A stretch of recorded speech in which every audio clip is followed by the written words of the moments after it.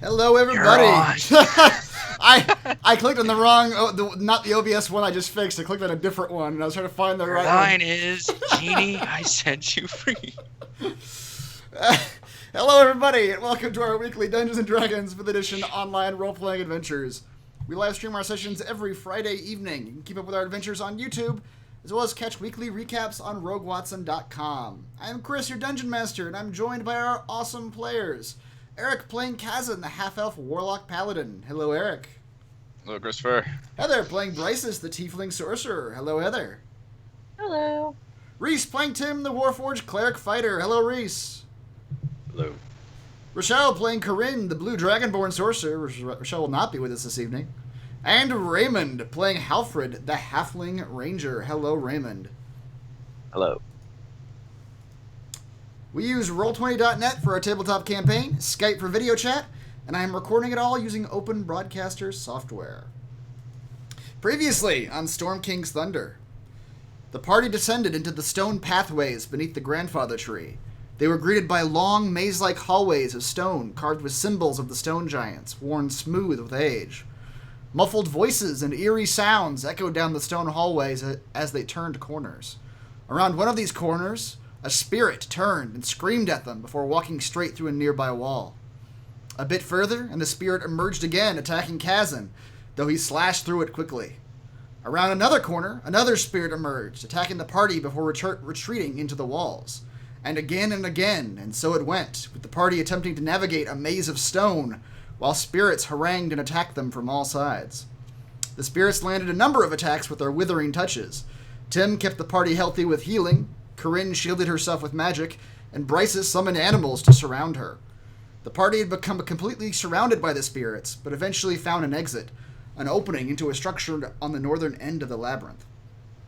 Entering, they emerged into a large room with a symbol carved in the stone and an orb resting in the middle. As they approached, a tower of shadow and smoke emerged from the symbol, forming into the shape of a wraith giant, intoning that it was put here to guard, and that it would make them undead spirits for their trespass. Spirits emerged to fight beside their master. The party began fighting them all, but after realizing the wrath could summon spirits at will, they focused on the giant. Both Kazan and Halfred dealt massive amounts of damage with their glaive and silver darts, respectively. They defeated the wrath, mopped up the remaining spirits, and claimed the orb, which Tim attuned to and identified as the Orb of the Stein Rune, an artifact full of, I don't know how I wrote that, an artifact full of defensive magics, and a relic of the ancient giant Asturian Empire's rune magic.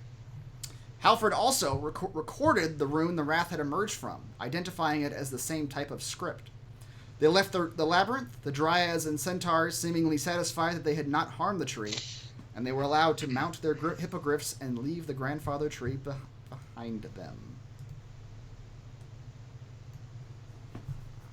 And that is where you all are now. Flying away from the grandfather tree. And get... Bye, tree. Bye. Here you are. Good night. All right. What is your destination now that you are leaving the grandfather tree? What did we say last week? I don't remember. I think we just said you. Which one are you not prepared for? I'm prepared for whatever you guys want to do. Let's go to Mexico. Tijuana. Spring break. Well, we're hippogriffs. Let's fly to the North Pole. Because hippogriffs are reindeer. Have you ever seen one of them? I have not. Reindeer? Yeah. Santa's reindeer. Maybe they are hippogriffs. Are they half eagle, half horse? Your quests. I mean, you just fly up to Beorunna as well, which is still gonna take us a couple days, but Yeah, let's see how far away these things that don't is. have to eat, right? I assume that the ranger is doing the same thing for you guys that he's doing for the hippogriffs as well, and doing some sort of foraging and hunting in the evenings as you travel. Yes, foraging and hunting. And hippogriffs are omnivores, so you could feed them grass. I don't know. What a horse is eat. Yeah. Yeah, if you were to fly straight to Beorunna as well without stopping anywhere, it's about 240 miles. Do we need to stop and rest? What's everyone looking like? I'm good. All right. I'm not scared. Yeah, I'm fine. Okay. How long do temporary hit points last? Or ever. I think it depends on the thing. What gave them to you? Soul Eater. So, oh, that's right. My guess would be until your next long rest, but... Okay. Nice. Okay, let's just do a straight shot to fly the over next everything? stop then. Yep. Alright. We should fly right over the site where we fought the fire giants. You almost certainly will. You'll fly right near Hawk's Nest, actually. In that whole area. I'm trying to remember what we said the hippogriff's daily speed is. I think it was... It's at 60 miles. 60? Yeah, that's what I thought. Okay. So that's 4 full days of travel. What's it? Hawk's Nest. Apes. Yeah, but they're not as big. Yeah.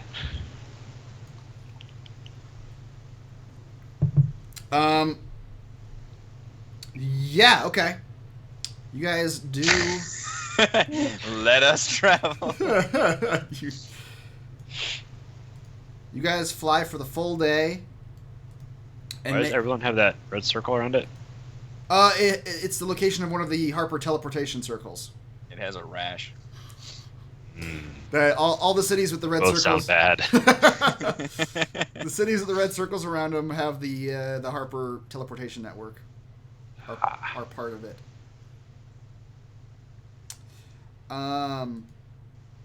You guys stop at the Raven River to rest for the night.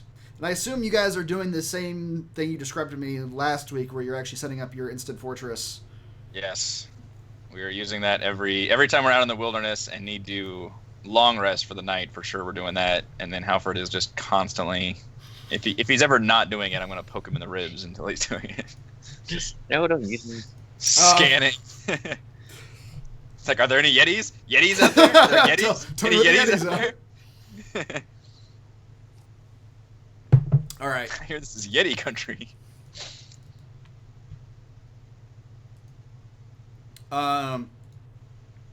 Yeah, you guys do that. You set up on the side of the road, or not on the side of the road, on the side of the river. Set up your fortress. Sleep for the night. You guys can all take a long rest. And you awake in the morning with nothing having happened overnight. You take off the next day. The next day, you will absolutely, just by happenstance and traveling in a straight line, be at Hawk's Nest at the end of your travel day. So you could probably stop in there and say hi to the name of the guy who lives there, whose name is Mr. Hawk. Jim Hawkins. That's right. Pylon Kavlos, the guy who gave you these hippogriffs. Yeah, we had dinner with. Yes. Yeah, Could we'll have say been for hi. newer model. That's right. Probably get like the hippogriffs looked at or something. Make sure they're all like, need the oil changed or something. That's a lot of miles. There you go. Yeah. Shoot. Kevin just gets underneath and starts stabbing. Like, I don't know what I'm doing. I don't think these are hooves. I don't know what I'm doing. Oh god, it's defending itself somehow. All right, you guys fly for the next day. You have to set down. I mean, like I said, the hippogriffs can only go about 20 miles before you have to sit down for about an hour to let them rest. And at some point in the middle of the day, you end up having to sit down at the top of this nether mountain area, and it is bitterly cold where you sat down at. Alfred, are there any Yetis around here? Yeah. Roll your thing to see there are Yetis. Cold usually means Yetis.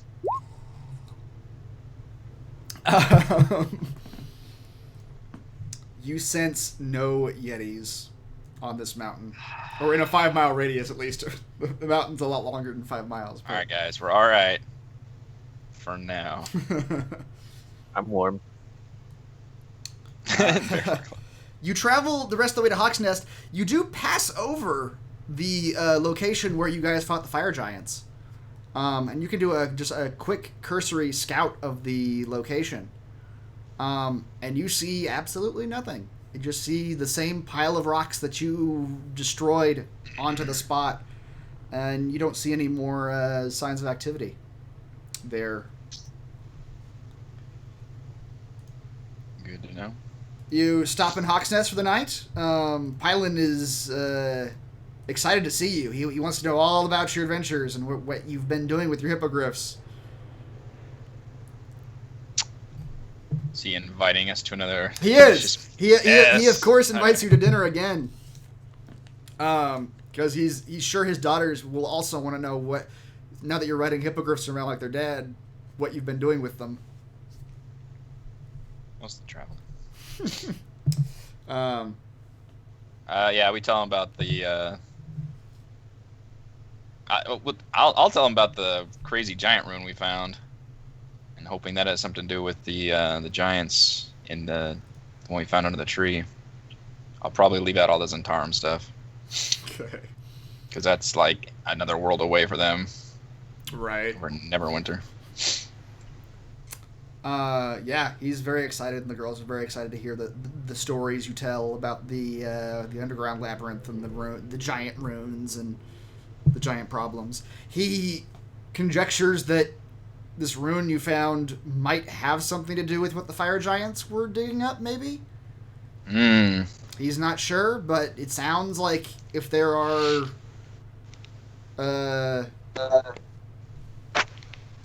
things the giants are looking for, and such a magically powerful giant item exists, he ventures that it might be related.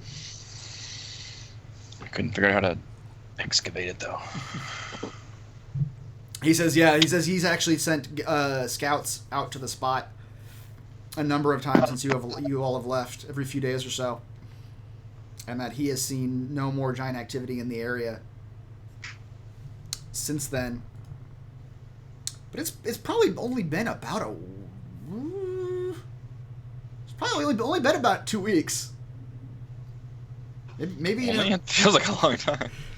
Maybe even a little less, because you guys flew to Everland and then just teleported to Neverwinter and spent a few days in Neverwinter, teleported back, and flew to Grandfather Tree. Yeah, so I'd say more like a week. Yeah. So yeah, it hasn't been that long, despite all the adventures you've had in that time. Right. I'm gonna ask him all about the area we're going to, if he knows anything. The well and the woods like surrounding it. He actually does know a little bit about Druer Wood, which is the woods that this Beorunna's well is supposedly located in. He says, it's not a place that people generally go. It's overrun by barbarians, you see. Warring tribes of these savages have generally overtaken the whole of the wood. Human and other civilizations don't extend that far into the wild, that direction. I would be wary. I'd assume that anyone you meet is not friendly, not on friendly terms, and means you harm, because the barbarians have certainly meant the civilized world nothing but harm every time they've been encountered.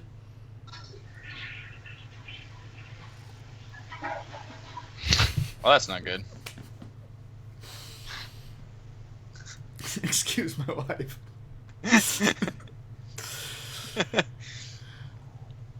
That's all he knows about it. Is pretty much that it's rife with barbarian tribes. I'll bring my anti-barbarian cream.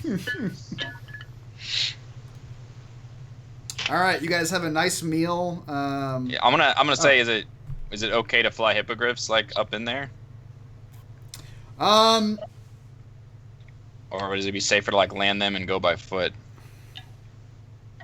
He says, well, hippogriffs aren't necessarily apex predators of the sky, I'll tell you that. And getting out in the deep woods like that, you're liable to encounter all sorts of flying creatures that are far more dangerous than them. I would at least be careful out there. In the woods specifically? Yes. Okay. Out on the roads, you're not likely to encounter many flying creatures and monstrosities and what have you. But out there in the deep woods, it's all sorts of flying things are out there. Okay. We may actually want to land them at the edge of the forest then.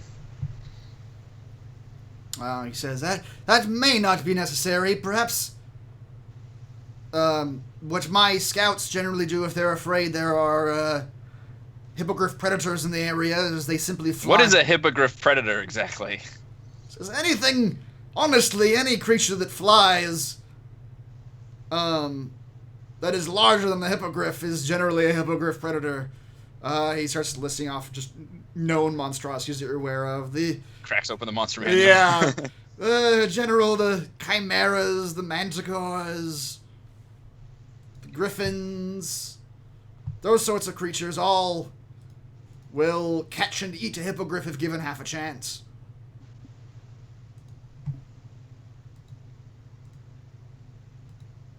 So wait, why wouldn't... What were you saying before?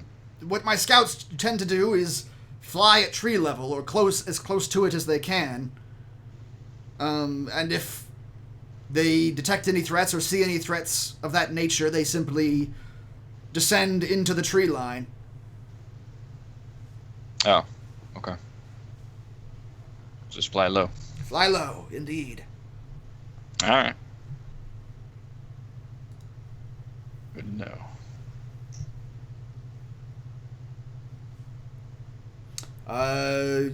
Yeah, the rest of the meal goes nicely. You guys have a nice rest in his home.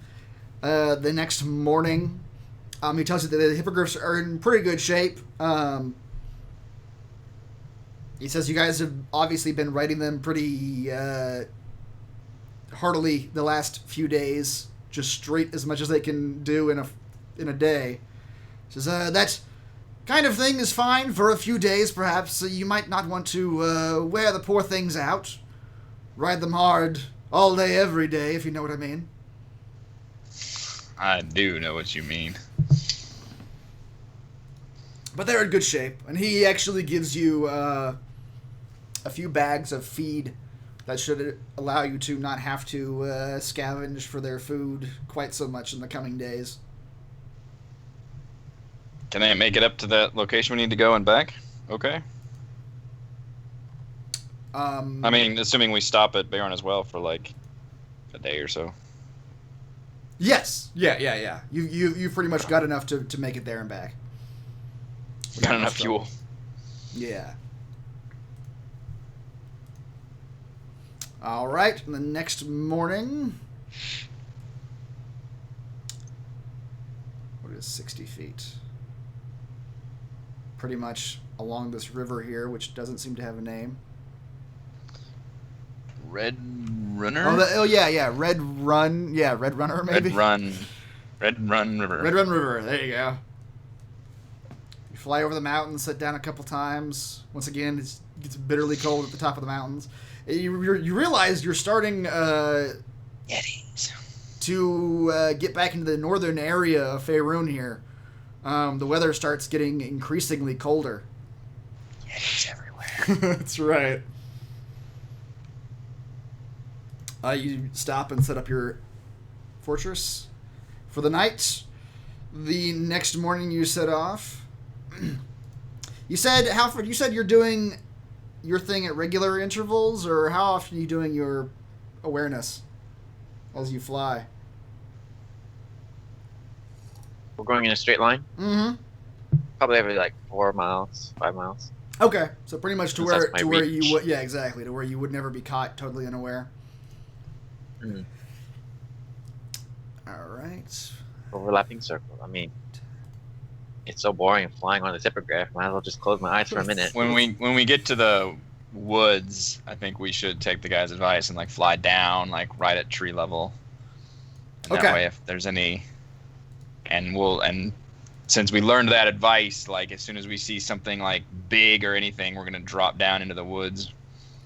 And likewise, obviously, try to keep our eyes down below as well. All right. You guys, you do that. You drop down to close to tree level, as close to tree level as the hippogriffs are comfortable getting, which is probably about 20 feet above where the tree line starts. And you continue on that way for another few miles. And then Halfred, at this point, your radar actually starts pinging, and you detect about 12 Yetis. coming right at you. Oh God! Make evasive action. You detect about 3 miles to your north and a few hundred feet above your current position, you sense 3 griffins. Griffin. We don't want no aerial combat now. How far ahead? About 3 miles. Miles. Can we turn 3 miles to which direction? North. Directly north of us? Yes. All right. I say we turn sharp east. Just try to skirt around them. Okay. If they start moving towards us, we can deal with that, but let's just try to make a wide arc around It them. says I can learn their emotional state. Can I learn if they're aggressive or... Holy shit, from 5 miles away. That is pretty impressive. 5 miles away. Hold on. They're pensive. You can sense. Okay. Sorry. One of them that's wrong. slightly aroused. I think I have to see them. One Oh, more that's- than slightly. That's your explorer thing, or just not.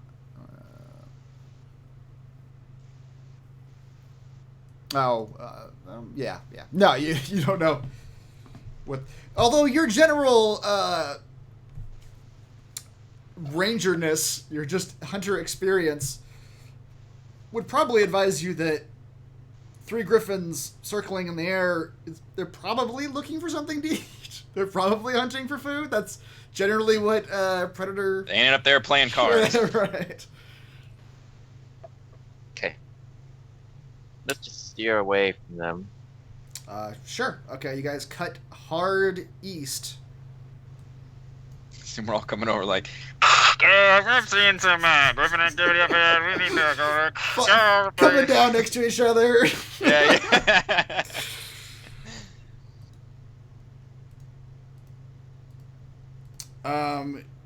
Yeah, you guys cut it hard east. Kind of, you're skirting the edge of the forest here at this point. Yeah. And then Halfred, you lose them out of your sense after you Thank goodness. head a few miles to the east, and then you turn back north once you lose sense of them, and There's now 10 of them. and there's that's right, now there's more. They've multiplied. The time it took you to cut east, though, lost you a couple hours, and by the time you actually arrive at Beorunna as well, it is dark. And as you come up upon this area, I will describe it to you. But from a distance, you see what looks like just an absence of tree. Like the tree line extends in all directions, everywhere you can see, and then out ahead of you, you see just a huge absence of trees. From a distance, you can't tell what that might be. Like a big circle. Yes, in a big circle. Yetis.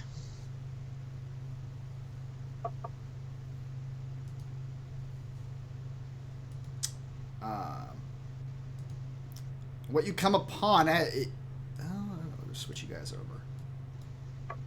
As you get closer and closer, you see that it's not, in fact, a clearing or anything like that. It is a hole, a huge hole in the ground. How deep?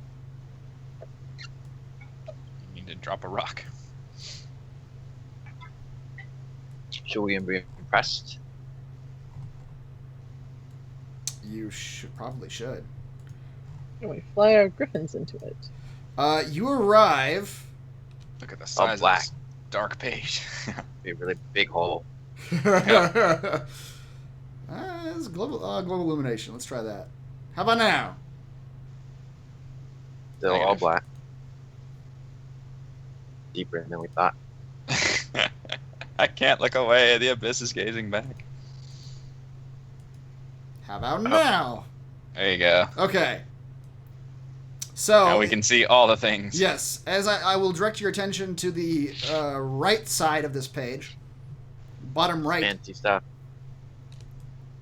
Oh. Trying to see. Ooh, imagine our battles are on 3D maps. Yeah, there's no 3D maps, but you arrive at the edge of this huge hole that is fully. How far across is it? It's I have fully- winged boots. We need to have a 3D map. This so I thing can seems fly. like a flood hazard. Well, I guess there's a spring down there. You look down into this place, and it looks like it's about 250 feet from where you're standing on the edge to the bottom. I guess we can just glance down there in the darkness and be like, yeah, that's about 250 feet, I think. A small stand of pine trees grows in the middle of the cavern. Outside of the perimeter of the grove, the cavern is hooded by a ceiling lined with stalactites and pierced with tree roots. The floor around the outside of the sunken grove beneath the ceiling is dotted with stalagmites. You can hear below you. Wait, where are we in this picture? Are we You still above are- the trees? You're at the edge now. You have come down to tree level, so you're like. Okay. I don't know if I can actually. Oh. Here? Yeah. Okay.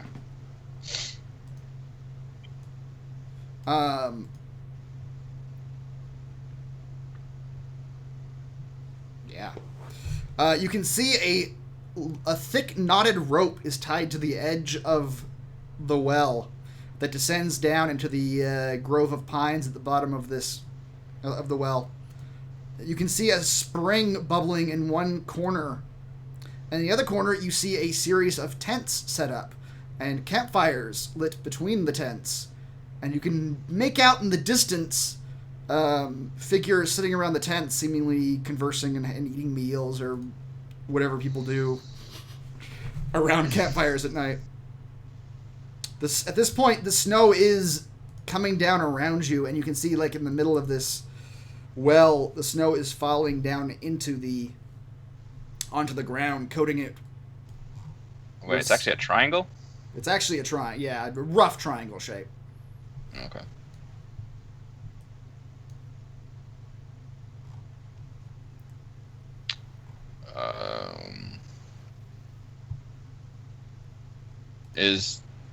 Are all the people just by the tents in that corner?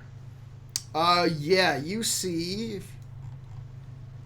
6 figures huddled around a campfire in that corner. One of you can try to roll perception to see if you see anything more clearly from where you're at. Perceive them. I could probably at least land at the edge. A good roll. Yeah. Tim's Oh. Tad up me, mine.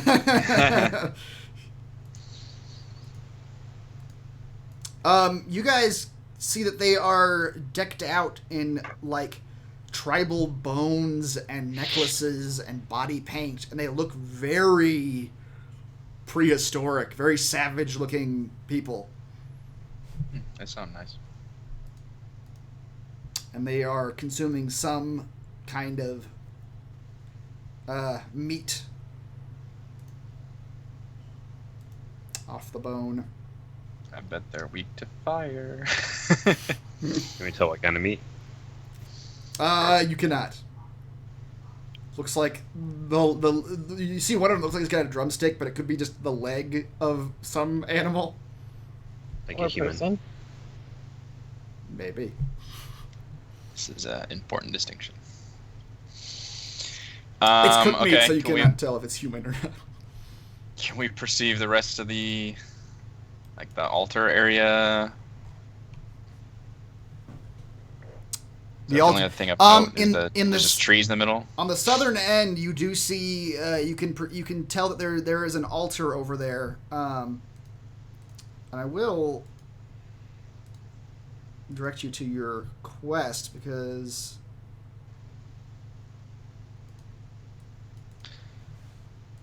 Sunken grounds, location of the last battle and death of a storm giant hero of the ancient story. It's now been claimed and overrun by local barbarian tribes. that doesn't actually have the information he told you.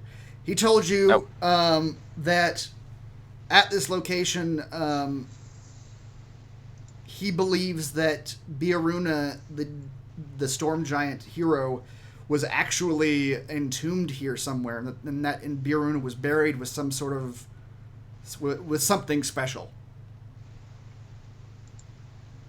Does that altar look like a giant grave From site? where you're at, the altar looks like a giant rectangular stone object. Okay, there's nobody near it? Not currently. Well, how do we want to play this? Say we descend on them swiftly and kill them all before they can react. That's one option. I second Tim. They just seem like nomad people looking for a place to live. It's fine. They obviously have religion in their lives. That would make us the real monsters. It's looking that way already, so whatever. Tim, with your perception check, It's nighttime, right? Or evening? It is evening time. Yes. I mean, we could just try to swoop into that altar area and explore it before them's the wiser. Or we could Is kill it an elevated position? Is that what this means with the? Yeah, slightly. Okay. It's probably about 20 feet of gain on each of those little hills. There's no cover up So- there or anything. Doesn't look like Are it. all the people by the tents, do they look like they're together, like in the same area? Yes, they are all gathered around the same. Yeah, that's not to scale. They're not 100 feet away from each other. Okay. They Are are they all. within a 40-foot diameter? Yes, they would all be within. Probably about 30-foot diameter. Probably. They're all sitting around a campfire. Alright, well, we just want to check out the tomb thing, right? Correct. Although we may need to converse with them if we don't find what we're It'd looking be for. unfortunate if their campfire exploded into a 30-foot wide fireball, That would be. consuming them all at once. Alright, so we just don't want them to be, basically we don't want them to come jack with us. For now, yeah. So I'll just cast darkness and they can't move, basically. Because they can't see. Their campfire will be useless. They'll just stumble around into each other. Yeah, that could work. It's a 30-foot diameter sphere. Just be like their campfire went out suddenly. Mm-hmm. How long No, does just- it last? I get it as part of my infernal legacy, so I don't Does it know. have a duration on there? No. This is what I have. It lasts for a long rest. Up to 10 minutes. Okay. So we got 10 minutes. There is one vital piece of information I haven't given you all yet. Oh. That's nice. Oh, okay. Way to bury the lead there. Well, I forgot Halfred's said he's doing his thing every 5 miles. Presumably he did it when we got here. And presumably he's been doing it as you approach. That's I forgot about that. Highly doubtful. Halfred, as you good assumptions. as you guys approached and you got within the 5 mile radius of Beorunna as well, you detected the distinct presence of a manticore in this direction. Precisely in this direction. How precisely can he detect it? If you want to do it, do you want to do it again, Halfred? So last time you did it was a few miles ago, and you detected the manticore in this direction. I would assume that would be a good idea. Yeah. We're still surveying. We're still in surveying the land mode, so. Yep. As you sense the manticore, He's right behind you. about 250 feet below your current position, and a few hundred feet to your west, which puts it directly at, awesome. at the spring.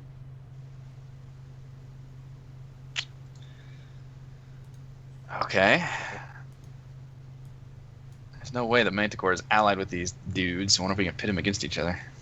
That'd be awesome. Yeah, right? I wonder if it's like an animal where if you like shoot fire at one end of the sunken grove, if the Manticore will like run out towards them.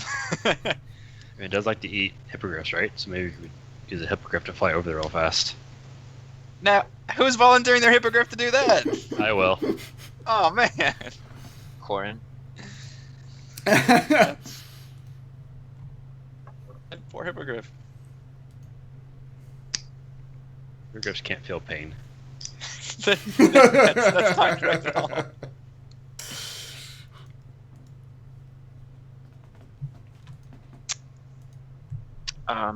Remind me what a manticore looks like. Manticores are winged scorpion lions. They're lions with bat wings and large scorpion tails, but the tails have a mass of spikes that it shoots out.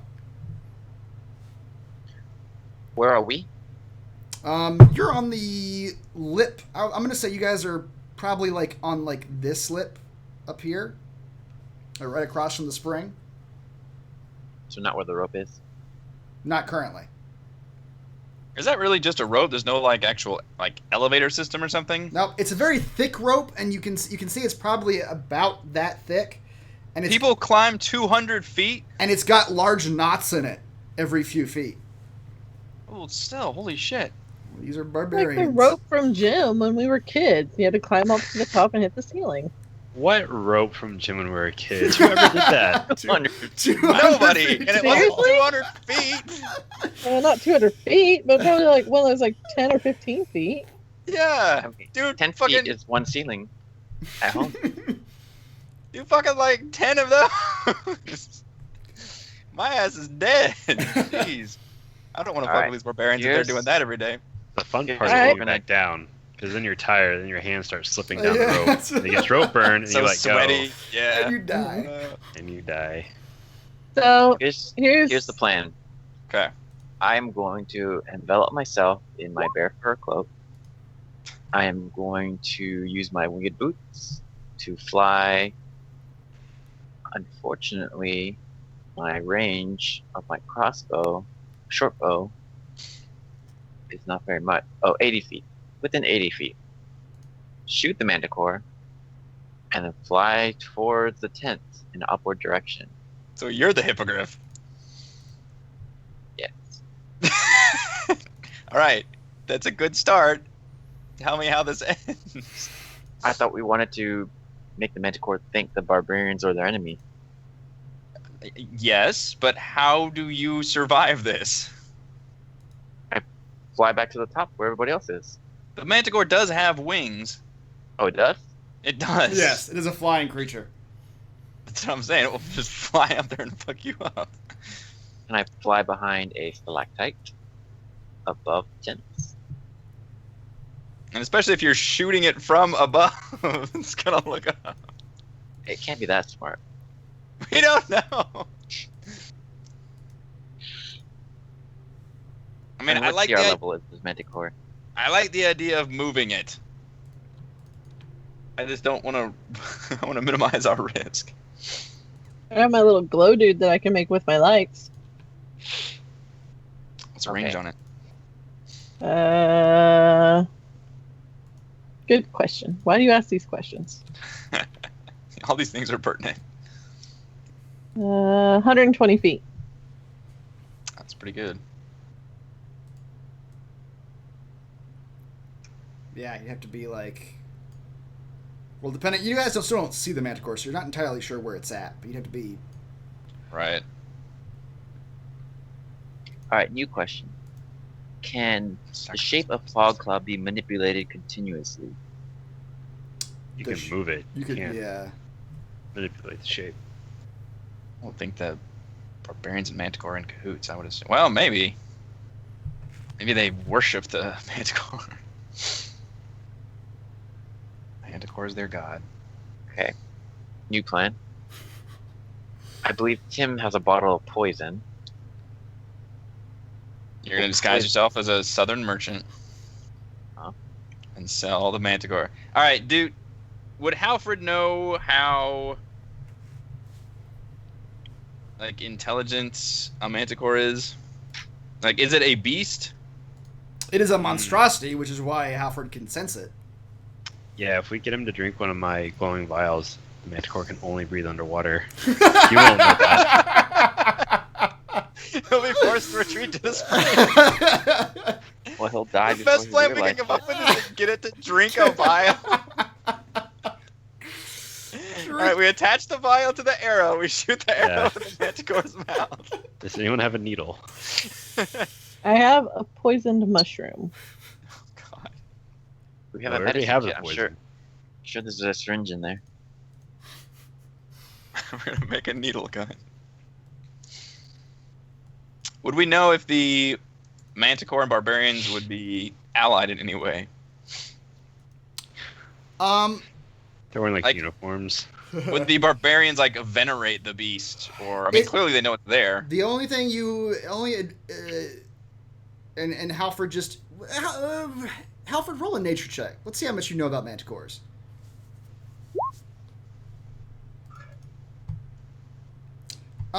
You do think it is probably odd that humans are, or small folk in general, are sleeping this close to a manticore without having some sort of protection or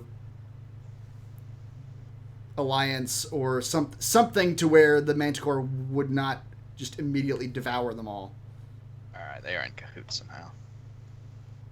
Because your understanding of manticores is that if a manticore sees you 300 feet away, a manticore is going to fly over and eat you. Manticore guards them, and the barbarians pick parasites off its back or something. I don't know. Some kind of symbiosis. Could have just said that. Could we just avoid the manticore, or does it have that kind of awareness where? I really want to kill the manticore. Oh man! Tim's know, really it's not- impatient. All right, we do have the It's not a advantage. risk. So, in terms of we know it's there. One more Uh, question. Can How? we tell how many barbarians there are? You see 6. Oh, Are there tents set up? There are tents set up. yeah, but it's not There's 6 that are bedtime, so awake. everyone must be outside of the tent. You don't know their culture. I agree. Kill the manticore first. All right. So, are we gonna go down there then?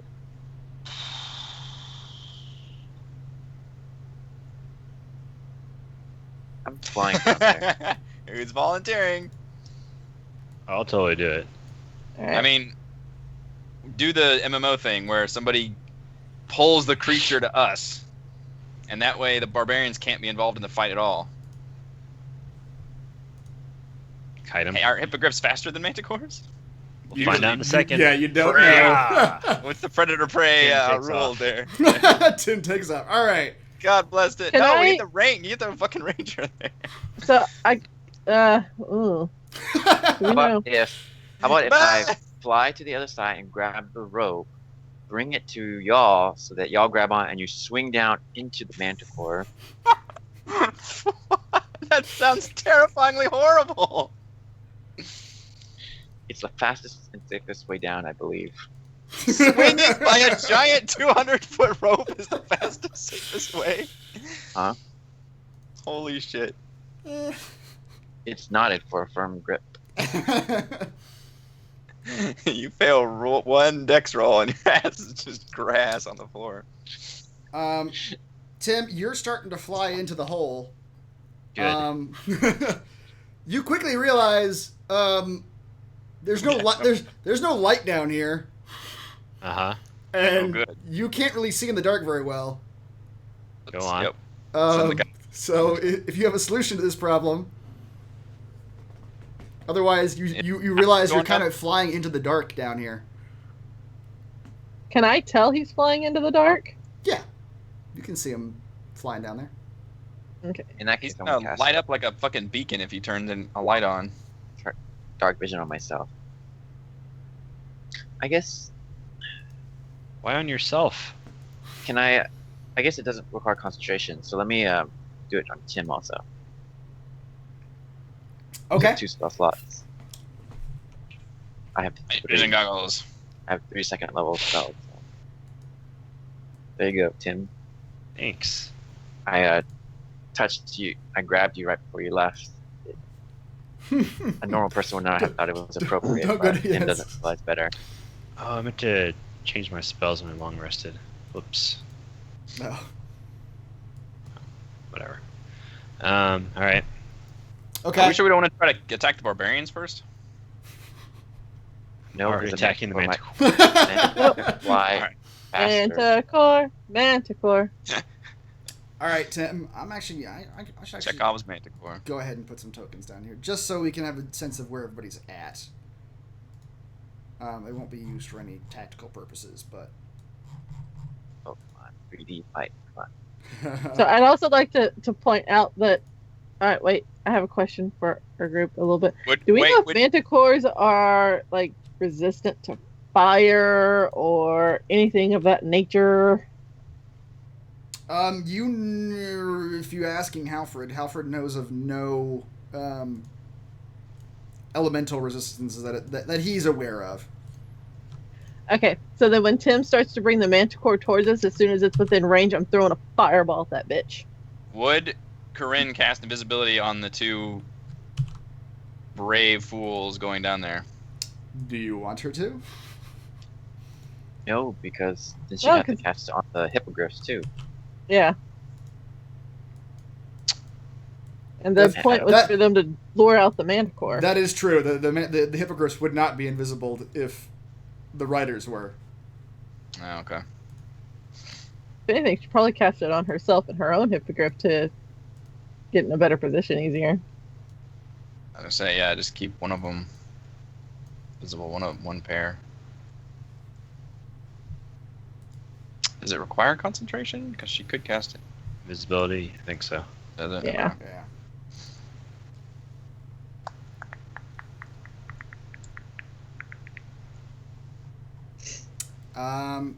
What's your range on your attacks? 60 feet. That's horrible. I just need the manticore to come within 150 feet. Good luck keeping track of the distance there, TM. Yeah. Eating a face full of fireball. So you're all. Let me make sure I understand the situation is correctly. You're all waiting on the lip of the well while Tim flies in and attempts to bring the manticore to you. I think so. I'm going to use my winged boot to. I'm dismounting my hippogriff. I'm just gonna hover around. What's the range on your arrow? 80 feet. Well, with Or, disadvantage, you can shoot a hell of a lot farther than that, though. Fully Yeah. disadvantage, yeah, but But what? By disadvantage. I mean, What's the you can shoot range? it all day long until you hit it. Exactly. 320 feet. Good lord, what are we doing? I know. I'm saying send the ranger down there. He's got the range. He doesn't even Wait, go down there. Just have 320. him Yeah, you don't have to go down there. Fucking over Alfred. there. Just start Well, shooting shit. Halford, you guys can't see the manticore yet. So he could start shooting, but he'd just be shooting at us. I mean, he can Spring. sense it, right? He can. And he senses. So? Just shoot in the direction he senses? How many arrows you got? Oh, jeez. It's time for a hail of arrows. Oh, I've got a light crossbow too. Does someone have a light spell? I do, yeah. Can you light up one of my arrows? The first arrow I shoot, Yes. and I'll shoot it in his direction. It's a giant arcing falling star that will Pretty notify much. all the barbarians that we're up here. Pretty much. 'Cause, yeah, I mean, otherwise you're just shooting blindly at what? Let's do it. Light up my arrow. Let's pretend that Corinne did not cast invisibility on anybody. Change tactics again. Okay. I don't know what's happening. All right. You light up an arrow. Move Tim back. I assume you're coming back, Tim, since. I guess.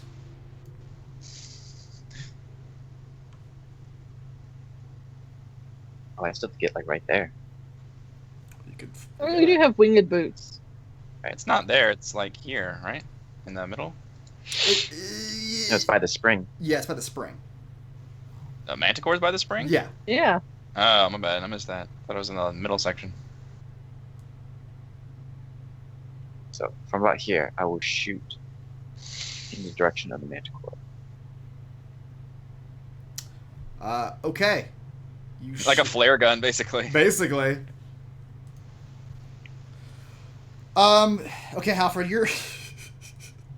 you come floating into this well with a fucking lit up arrow, getting ready to shoot it at the spring. You shoot it where you think the manticore is, which is pretty much where the spring kind of, the river of the spring kind of goes into the rock. And you shoot it, and it clanks against some rock and falls to the ground. It's still lit up, still exuding light.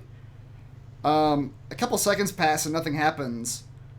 And then you see a large figure emerge from the area where the rock meets the water and shake water off of itself and look around. And it spots the lighted arrow. I will show you what this creature looks like.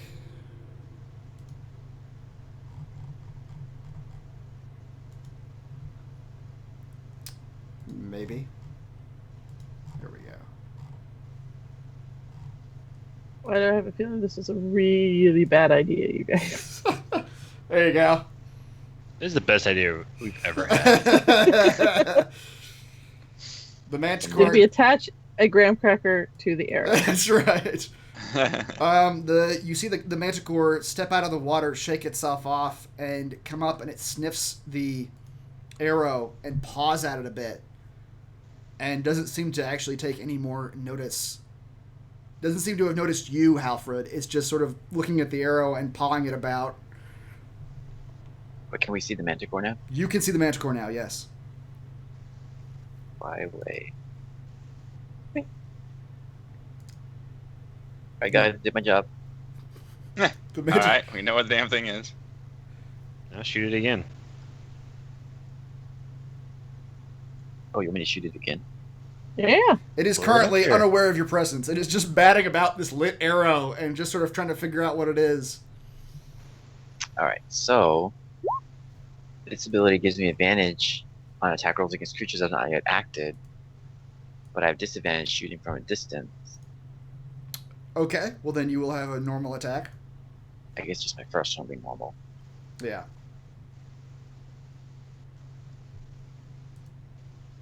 All right, with a 20, you send an arrow flying down right through that spring, right over the water, and it lands right in the haunch of this manticore, and it reels back and looks right at you and just lets out the deepest lion roar you've ever heard that fills the cave and echoes off the walls. And it immediately bats its bat wings and roars again and comes at you.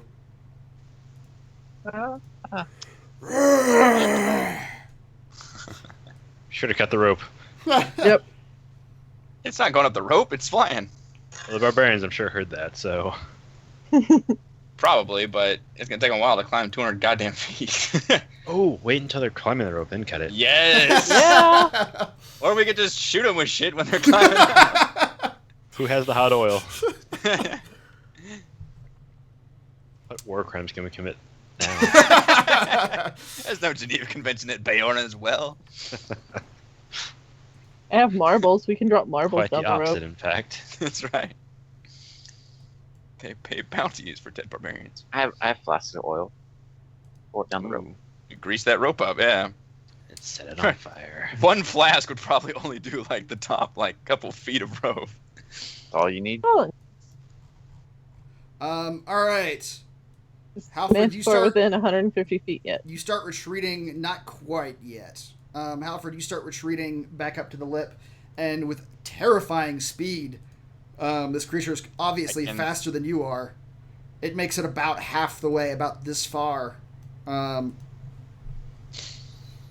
the rope. I don't know if that's actually accurate. He's probably about 200 feet away. He's still out of my range. I'm at 120. I can do my blast. I'm at 150. I'm at 30. No, wait, 60. Alfred can still try to shoot him with the disadvantage, I guess. Or, well, I guess if he's moving, he's acted. I am. Yeah, that was only my first turn. Hmm. Can I shoot it? Hold on. 80. Okay. Yes. Let's go and roll initiative before you actually shoot it. Your surprise round was putting that arrow into its flank, and it reacted by dashing towards you, and now we are in full combat. I'm not. I got a 5. Ah. Wow, I critically failed that. That's sad. Ha! I raise your critical fail and give you a worse critical fail. Oh my goodness. Hey, Yeah. I rolled the same as a manticore. We were just sitting up here like freezing our asses off, just like, when is this gonna happen? Past 3 initiatives with advantage, I've rolled like 12 or under. Really? Wow. Don't forget Corinne. All right. Are our hippogriffs, do you just move with our initiative and stuff? Yes. Halford's not mounted on his anymore. Are you all still mounted on yours? No. Yeah, or these things aren't war animals. I hid mine in the trees. Okay. You're all just standing on the lip now. Alright, I will go ahead and roll Corinne's initiative as well. Has the barbarians reacted at all? Can we see that? Halford, you cannot. You don't know if the ones below you have acted. Halford, as you were flying out, this was after the manticore roared, you swore you saw some movement in the snow beneath you, right in the middle of the grove.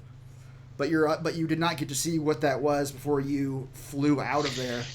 Like down here. Yetis! Yeah, exactly, right down there. It's not Yetis. I would have detected. That's true. Sorry, guys, it's not Yetis. Okay, this is a bunch of bad initiatives. Yep.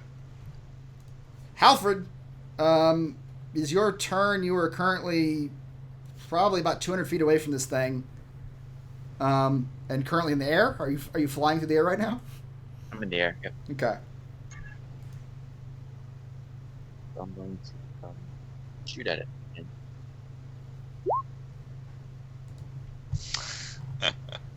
oh, hold on. Hold on. Got your hat. There you go. And Yeah. the question is, if I do better, does it become the 8 or not? I guess not. I have disadvantage, and I get the 1. When you roll a 1... That is my disadvantage roll. That's true. That's your disadvantage roll. So you would Lucky re-roll. takes You it you effect. would re-roll the 1, not the 8. So that might not be the best time to use that. No, it's my halfling skill. Oh, anytime you do it. Okay, yeah. Yep. Well, you probably won't. You won't get any higher than an 8 then. What's an 8 plus? What is it? Plus 9, really? Huh? What's 8 plus 9? No. What I'm saying is, since I have disadvantage, 17. I get a 1. That's my roll. Right? I'm I mean, thinking of it technically, like you would roll the 2 1 dice. first. Yeah, I guess. Well, I guess so. Roll the 1 and So then we take the 1, and then my lucky halfling kicks in. okay. And then you'd roll your 17. He'd still hit him with a damn 8, wouldn't he? You actually would. So it's kind of a moot point, but I'm just curious. Yeah, because 8 plus 9 is 17. Yep. And that does, in fact, hit the manticore. And I would like to use Colossus Slayer since he's already taking damage. Okay. For 5 more.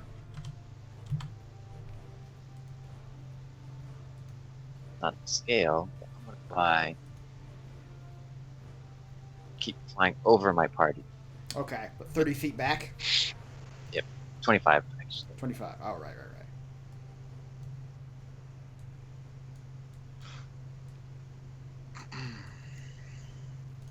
Okay. Tim. How far away is he? He's about 200 feet away right now. 200, you say? Mm-hmm. Can I throw Soul Eater?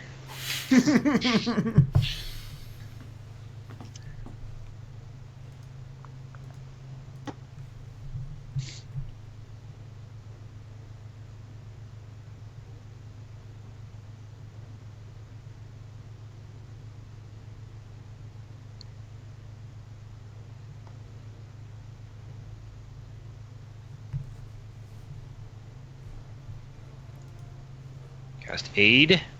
Ooh. Give him the aid. And cast it on Kren, Brysis, Chasm. Corinne Bryce's Chasm. Okay.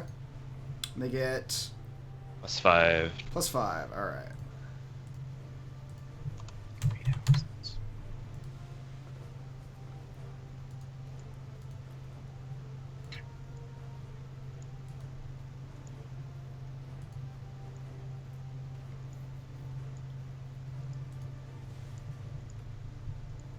All right. 5, 10 HP. It's Corinne's turn. What would Corinne do?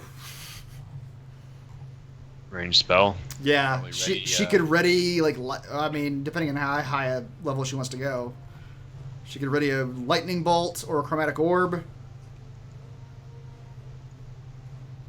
Let's see, chromatic orb's got a range of 90. Yeah, let's say she readies up a chromatic orb for when the creature gets within 90 feet. Sounds good. Bryces, let's roll a d20 to see who goes next. What if I'm willing to let the manticore go next? Because I need him to come closer. You could hold your hand for just a second. I'm okay with that. All right, the manticore is going to flap its wings wildly and dash towards you. Doing getting a larger amount of ground in a very short amount of time. Setting off Corinne's chromatic orb when he gets just within 90 feet, actually. And what he does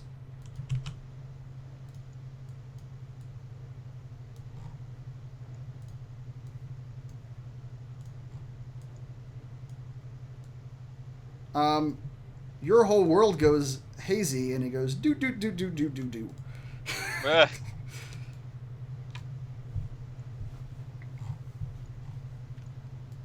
Because it's impossible to actually do tactical combat on those maps. Yeah. Yeah, Corinne's chromatic orb goes off. He's not 65 feet away from you. Wait, we're in a different world? You're just in you're just looking at your direct general area here. This is like the JRPG. Like, Yep. Yeah. There should be like a cliff somewhere. There's no cliff map. I didn't know you guys were going to fight on the cliff. Crins. Chromatic orb.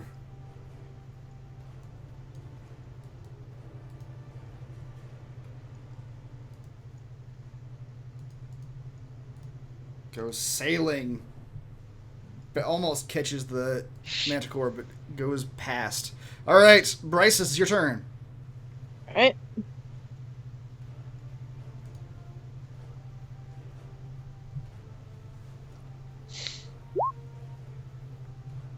Sweet sassy molassy. Okay. I did kind of say if it came within 150 feet, I was throwing a fireball in its face. say Roll really good on damage for that thing, You said too. you're gonna do that. Yeah, 3 6s in there. Jesus. All right, the manticore. The power. Not Yeah, Corinne. a plus Fails. 3. Yeah, he did.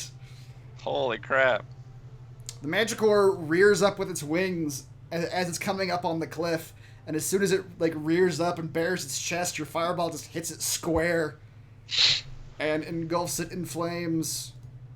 Yeah, it does. That is massive damage. Nice. 36 damage.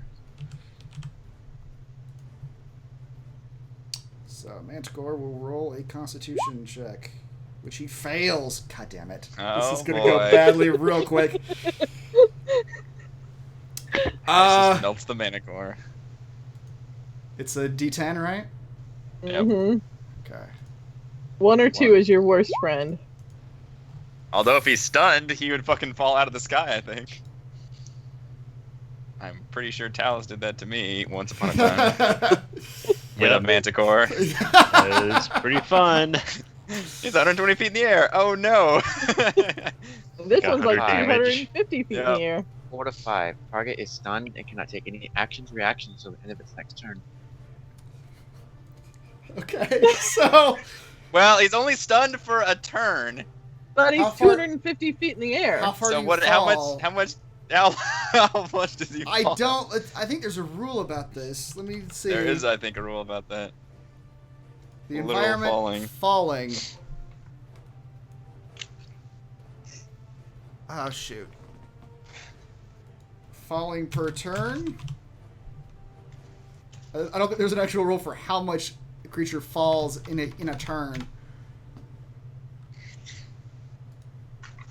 Everybody pull out their book. That's I right. know. Help us out with the rules, chat. What is the falling rules? Falling 183. How far do you fall per turn? Per round or Per something. round, yeah. That's how fast you fall. There's no. I don't think there's a good answer. Somebody's doing like a formula, like hard math. No, not hard math. Well, what is...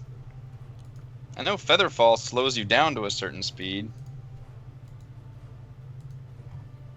Featherfall Featherfall- allows one to fall at 60 feet per round. So you'd probably fall farther than that. Jesus, really? Or at a rate of 10 feet per second. So if Featherfall slows you to that, so then you're falling probably twice that, because Featherfall just slows you down to half speed. So it's 120 feet around. Or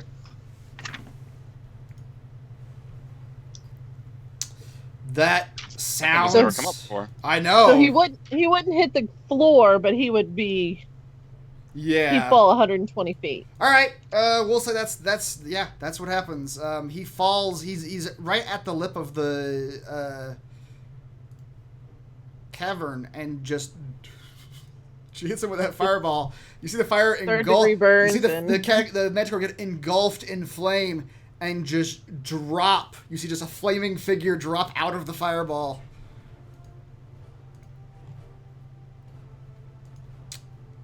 Crisis giggles. I'm just gonna draw you guys something real quick. All right, Kazan. It's your turn. Well, I was gonna shoot it, but it is way out of my range now, I think. So I will just watch it fall like a rock, and I guess ready an attack in case it comes within my range for my next turn, which is 120 feet. Oh, that's not what I meant to do. Is it farther than 120 feet from me? Yeah, you can't even see where it's at right now. Why is that thing not drawing for me? There we go. That's the best answer I find is that you fall at the speed of plot. So literally whatever makes the best. So that black line is the edge of the cavern. The lip edge. Let's say. And it drops below and you don't see it anymore.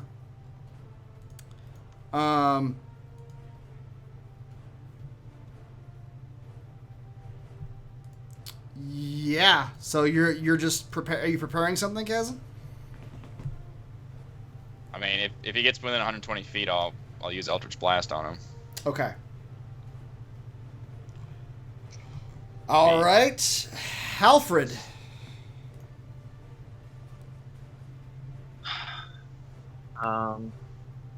You put me there on the map, but You're in the air, right? I was above everybody. Yeah. So you're there, but you're in the sky. So I want to fly to the edge and just shoot down. All right, sure. You fly to the edge, look down. I have dark vision. He is probably about 150 feet away from you right now. As he's falling. Are there other lights that I can see him? He is on fire. He is still smoldering from the fireball attack. All right. Jesus, Chris Perkins has 580 feet in one round. Wow. I will shoot him again with disadvantage. You would have advantage on this because he is stunned. Too far. But so it's a regular attack then. Okay.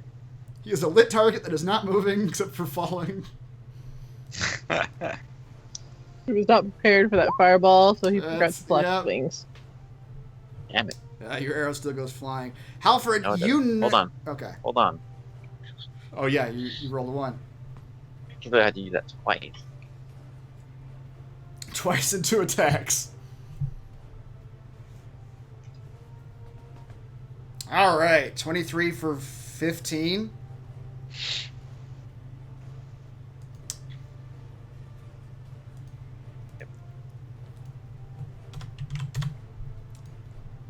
As you were saying. Yeah. You put an arrow right into the flaming manticore as it falls. You can't see yet if how if that thing is righting itself or what, because it is still currently falling. Tim.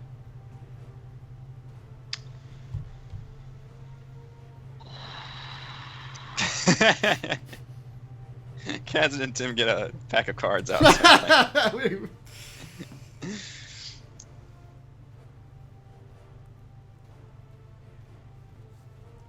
Halfred, I will also say, when you flew out over the lip edge there and looked down to shoot at the flaming manticore, you saw a figure standing in the snow looking up at you. What? Yeah. Guys, it's a creepy person just staring When you at say us. figure, can you elaborate? Roll a perception check, Halfred. Elaborate, sir. It looks like a middle-aged woman, perhaps, in full bone armor and blood smears on her face, like war paint makeup. It looks like she's like rising from out of the snow, and looking up at you. Usually, guys, I would be reassured by distance, but it seems so far. I wouldn't be surprised if this creepy old woman in bones and blood just suddenly flew up here, or even just appeared. Let you know. Can't feel like we're like the asshole invaders coming to their like cultural site.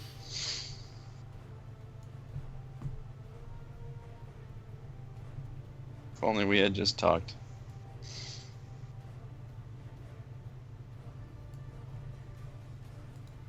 Tim? I guess.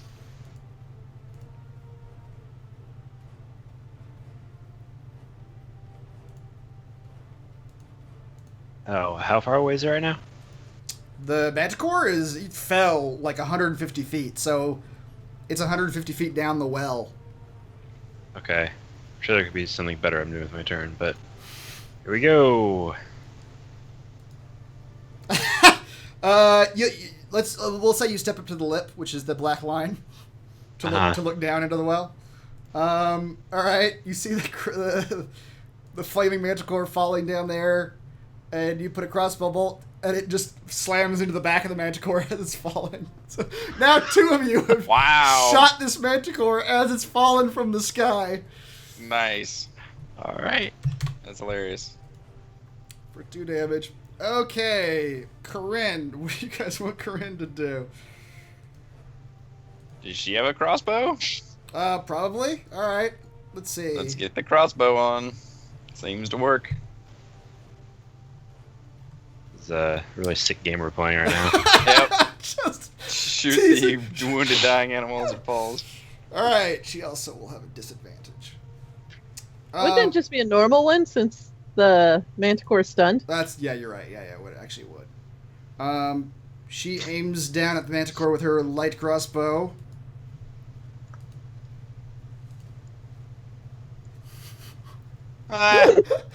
Okay, so what you guys see, the fireball hits the manticore, the flaming manticore falls out of the fireballs, falling down into the well, lighting the place up like Christmas morning.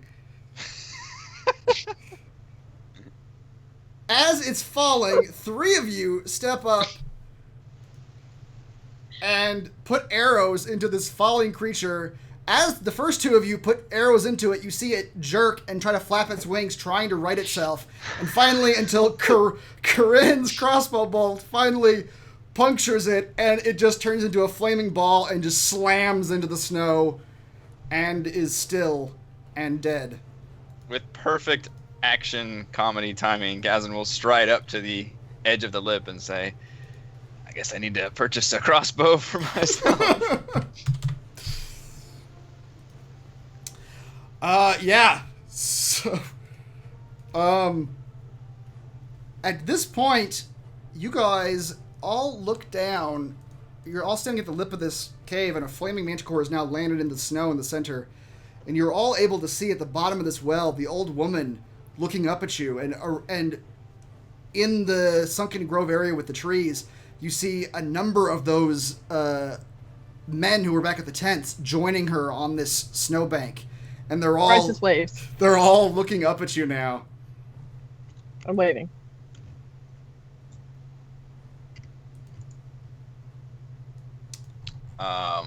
Pepper holds his short bow in the air. We the ba weep grana weep ninny bomb, the universal greeting. Although we may have just killed their like guardian animals, I don't know. Or we killed their captor. Who's their captor? Oh, the Manticore was their prisoners? Slowly eating them one at a time. We were oddly comfortable with that situation. What is she doing? She's just looking up at you right now. Yeah, just staring at you. I will take you.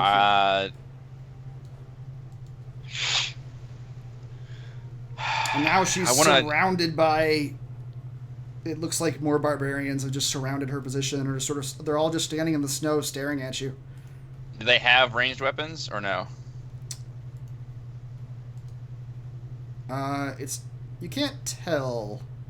Some of them are wielding spears. Some of them are wielding axes. You don't see any bows right off the bat. All right, they can throw spears and axes though, probably. I feel like we should try to communicate. Go with your awakened mind. Well, I got 30 feet on that thing. Bryce I gotta just get in. kick Kazan down the hole then. I gotta get in real close. You know what? No. Well, I was gonna say I could have Corinne cast invisibility on me and the hippogriff, go down there, and use awakened mind while I'm invisible, which would probably freak him out. But that puts me like way far away from you guys, and I don't know if I feel comfortable splitting the party that much.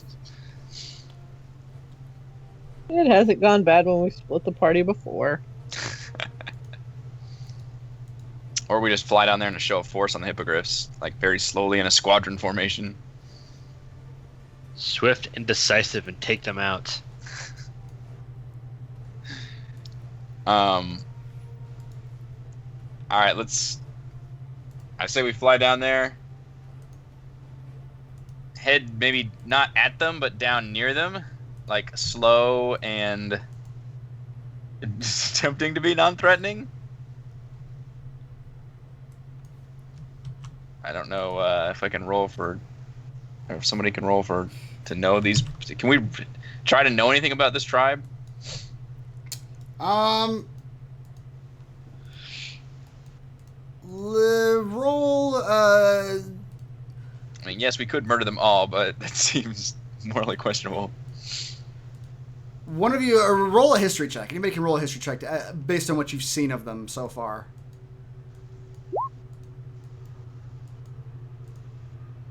I don't got the learning.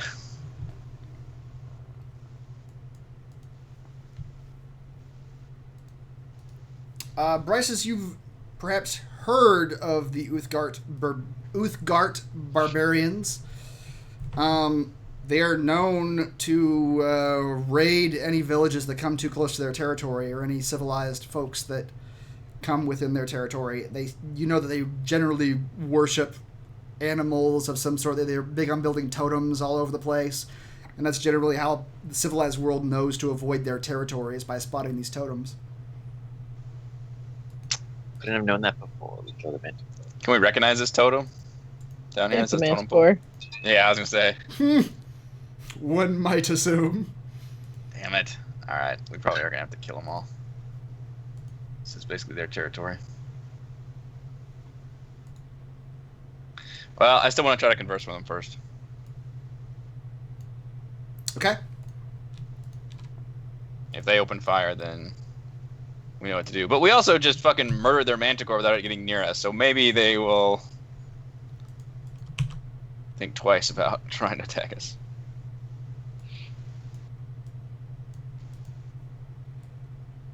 Alright, so how are you guys approaching this? Just Kazan. Just Kazan's approaching? The rest of you aren't going down? You assholes, you're not going down there? It would seem more threatening if all of us came down at once. I'll go down with you. If I go down there alone, you guys have no way of knowing like if I'm successful or not. I'll make sure Kazan doesn't turn us in and betray us. Look, Sounds like a plan. great Uthgard masters, I have brought you prisoners. You know what to do, Tim, if he betrays us. Alright, Kazan and Tim, you begin to fly down. This is as good a time as any. Ready's Soul Eater. Okay. This is as good a time as any for a break. Let's take a short break and come back Ooh. to the descent to the barbarians.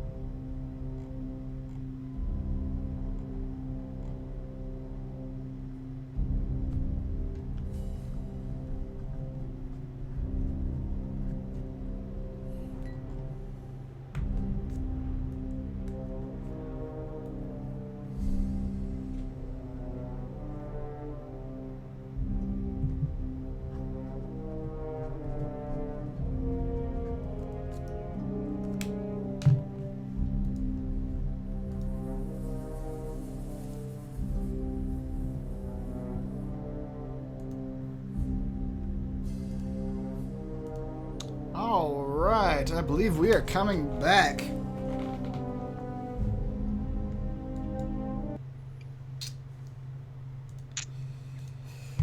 So, Kazan and Tim, you two are flying down on your hippogriffs towards these barbarians? I'm having second thoughts about this. That is correct. That's what's happening. Maybe while we're doing that, the rest of you should try and scope out the altar. Isn't that where they are? No, they're in the... Well, on the top-down map, they're on the middle foresty section. Yeah. Can't trick us. You two begin descending. I'm gonna try this. Altar's like 400 feet away from them. Yeah. To get to the altar without just following Kazan and Tim, you'd have to sort of fly near the top of the well, top of the cavern. So if you go down too far, then you're pretty much where the barbarians are in the middle. I'm gonna try the thing that I understand we can do, but I have not actually done yet. Ooh. I'm gonna get back on my Split the- hippogriff too. Split the party between two different maps. Yep. So, Kazan and Tim, you should be on a different map than everybody else right now. Is that correct? I see a gray map with a bunch of barbarians on it. That's right. That's snow. It's supposed to be snow. Okay. I see that too. I don't see that.